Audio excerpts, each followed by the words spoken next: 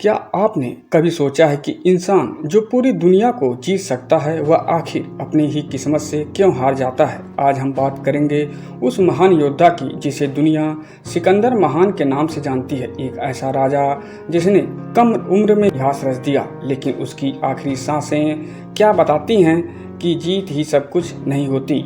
तो चलिए वीडियो को आगे बढ़ाते हैं और जानते हैं सिकंदर के बारे में। सिकंदर का जन्म 356 ईसा पूर्व मकदूनिया के मैसेडोनिया के एक छोटे से गांव में हुआ था। उसके पिता राजा फिलिप द्वितीय और मां रानी ओलंपियास थी। बचपन से ही सिकंदर को युद्ध की शिक्षा दी गई, लेकिन उसका असली मार्गदर्शक था विश्व प्रसिद्ध दार्शनिक अरस्तु। अरस्तु ने उसे न केवल रणनीति और राजनीति सिखाई, बल्कि यह भी सिखाया कि एक सच्चा राजा कैसे बनते हैं। यही शिक्षा बाद में उसे पूरी दुनिया में सबसे महान विजेता बनाती है। सिर्फ 20 साल की उम्र में सिकंदर ने गद्दी संभाली और फिर शुरू हुआ इतिहास का सबसे महान विजय अभियान।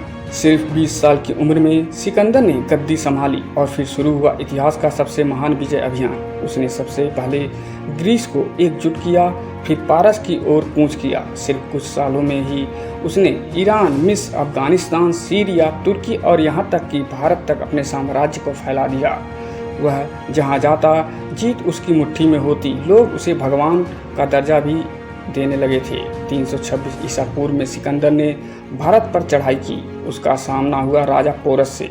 झेलम नदी के किनारे राजा पोरस से उसका मुलाकात हुआ। सिकंदर ने पोरस को बंदी बना लिया, लेकिन पोरस का आत्मसम्मान देखकर वह दंग रह गया। जब सिकंदर ने पूछा, तुम्हारे साथ कैसा व्यवहार किया जाए, पोरस ने कहा, एक राजा की तरह। सिकंदर ने न केवल उसे माफ़ किया, बल्कि उसे और ज़मीन देकर वापस राजा बना दिया।